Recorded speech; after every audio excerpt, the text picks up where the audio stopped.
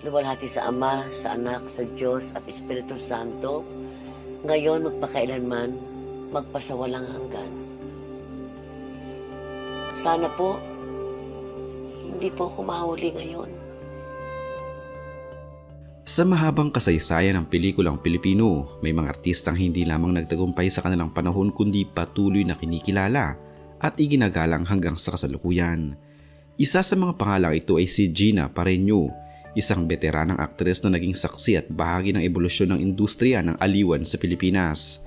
Ang kanyang buhay ay hindi lamang kwento ng kasikatan, kundi isang masalimuot na paglalakbay na puno ng pagsubok, pagkakamali, pagbawi at patuloy na pag-unlad. Sa loob ng mahigit 5 dekada, ipinakita niyang kahalagahan ng dedikasyon, sipag at katatagan sa harap ng mga hamon. Si Gina Pareño na ang tunay na pangalan ay Geraldine Ashley ay isinilang noong 20 ng Oktubre 1947 sa Manila. Lumaki siya sa isang panahong ang pelikula ay isa sa mga pangunahing anyo ng libangan ng mga Pilipino. Bata pa lamang siya ay may interes na siya sa sining, partikular sa sayaw at pagtatanghal. Ang kanyang pagkahilig sa pagsasayaw ang naging daan upang siya ay makapasok sa mundo ng showbiz. Sa murang edad, siya ay sumali sa mga dance troupe na madalas na lumalabas sa mga pelikula at variety shows noong dekada 60. Ang kanyang pagsisimula bilang mananayaw ay isang mahalagang bahagi ng kanyang karera. Sa panahong iyon, ang pagiging dancer ay isa sa mga pinakakaraniwang paraan upang makapasok sa industriya. Bagamat hindi agad siya napansin bilang pangunahing artista, ang kanyang dedikasyon at talento ay hindi nakaligtas sa mata ng mga direktor at producers. Unti-unti siya ay nabigyan ng malilit na papel sa pelikula at dito nagsimulang mahubog ang kanyang kakayahan sa pag-arte. Walang iisang taong maaaring ituring na nagdiskubre kay Gina Pareño.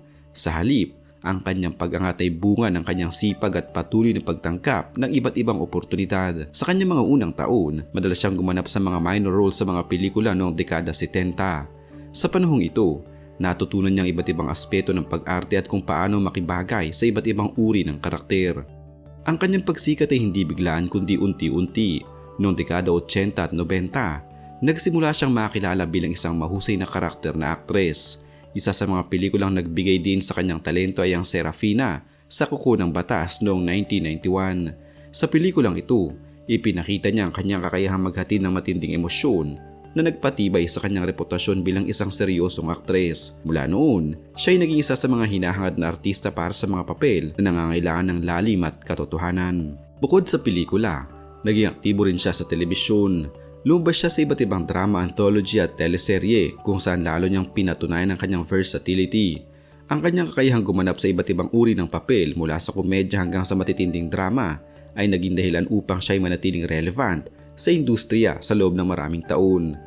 Gayunpaman, dumating ang panahon na siya ay pansamantalang nawala sa industriya. Isa sa mga dahilan nito ay ang kanyang personal na buhay at ang mga pagsubok na kanyang hinarap. Sa ilang panayam, inamin ni Gina Pareño na siya ay nasangkot sa paggamit ng iligal na droga na naging sanhi ng kanyang paglayo sa showbiz.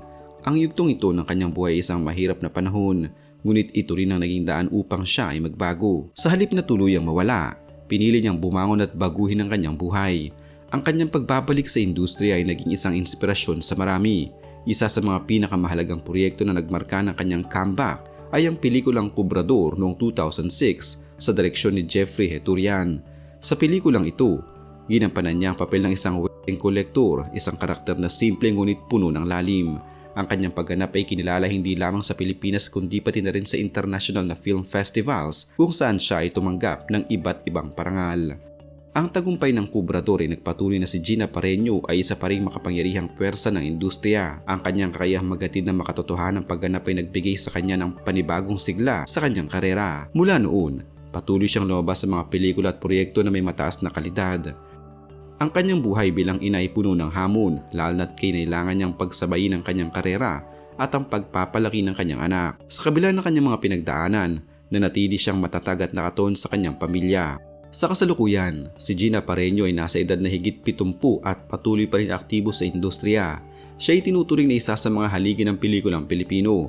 Bagamat hindi siya kilala sa pagkakaroon ng malalaking negosyo, siya ay nananatiling abala sa kanyang karera sa pag-arte. Sa usapin ng kalusugan, siya ay patuloy na nagpapakita ng sigla at kakayahang gumanap sa mga proyekto. Isang patunay ng kanyang patuloy na kahalagahan sa industriya ay ang kanyang partisipasyon sa dalawang pelikula, Ang Pila o Q at Buon o The Hallowed, na idinirect ni Adolfo Alex Jr.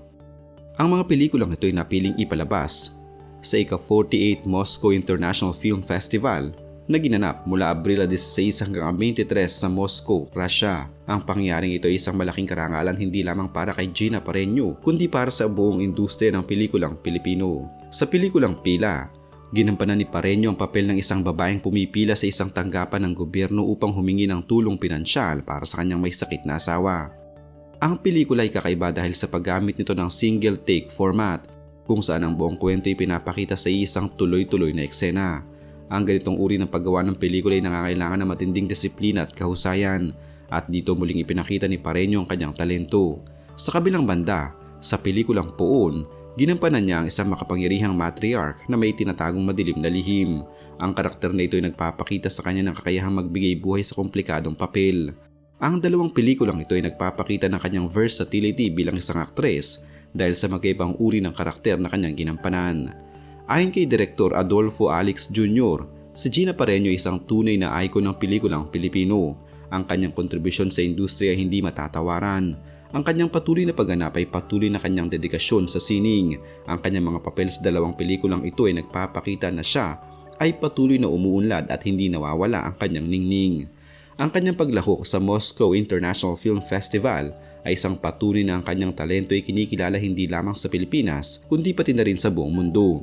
Sa kabila ng kanyang edad, siya ay patuloy na nagbibigay inspirasyon sa mga bagong henerasyon ng artista. Kung susuriin ang mas malalim, ang buhay ni Gina Pareño ay isang kwento ng katatagan. Siya ay dumaan sa maraming pagsubok ngunit hindi siya sumuko. Ang kanyang kayahang bumangon mula sa kanyang mga pagkakamali ay isang mahalagang aral para sa lahat. Ipinakita niya na ang tunay na tagumpay ay hindi lamang nasusukat sa kasikatan kundi sa kayahang magpatuloy sa kabila ng mga hamon. Dagdag pa rito, ang kanyang kontribusyon sa independent cinema ay hindi matatawaran. Sa mga pelikulang kanyang ginawa, ipinakita niya ang kahalagahan ng sining bilang isang paraan ng pagpapahayag ng mga kwento ng lipunan. Ang kanyang mga papel ay madalas sumasalamin sa buhay ng ordinaryong Pilipino na nagbibigay ng lalim at kahulugan sa kanyang mga proyekto. Sa paglipas ng panahon, si Gina Pareño ay naging simbolo ng kahusayan sa pag-arte. Ang kanyang pangalan ay patuloy na kinikilala at ginagalang sa industriya. Maraming mga batang artista ang tumitingala sa kanya bilang isang huwaran. Sa mas malawak na pananaw, ang kanyang karera ay sumasalamin sa pagbabago ng industriya ng pelikula sa Pilipinas, mula sa panahon ng mga studio system hanggang sa pag-usbong ng independent cinema. Siya ay nananatiling bahagi ng ebolusyon na ito. Hindi rin may kakailangang kanyang kontribusyon sa paghubog ng bagong henerasyon ng mga artista. Sa pamamagitan ng kanyang trabaho, siya ay nagsisilbing inspirasyon sa marami. Ang kanyang dedikasyon sa sining ay isang halimbawa na dapat tularan. Sa huli, si Gina Pareño ay hindi lamang isang veteranang aktres kundi isang institusyon sa pelikulang Pilipino. Ang kanyang buhay at karera ay isang inspirasyon sa lahat ng nangangarap na magtagumpay sa larangan ng sining. Sa bawat papel na kanyang ginagampanan, siya ay patuloy na nagbibigay buhay sa mga kwento na sumasalamin sa realidad ng lipunan. Sa pagtatapos, ang kanyang pamana ay mananatiling buhay sa puso ng mga manonood at sa kasaysayan ng pelikulang Pilipino. Ang kanyang pangalan ay patuloy na kikilalanin bilang simbolo ng kahusayan, katatagan at walang kupas na talento.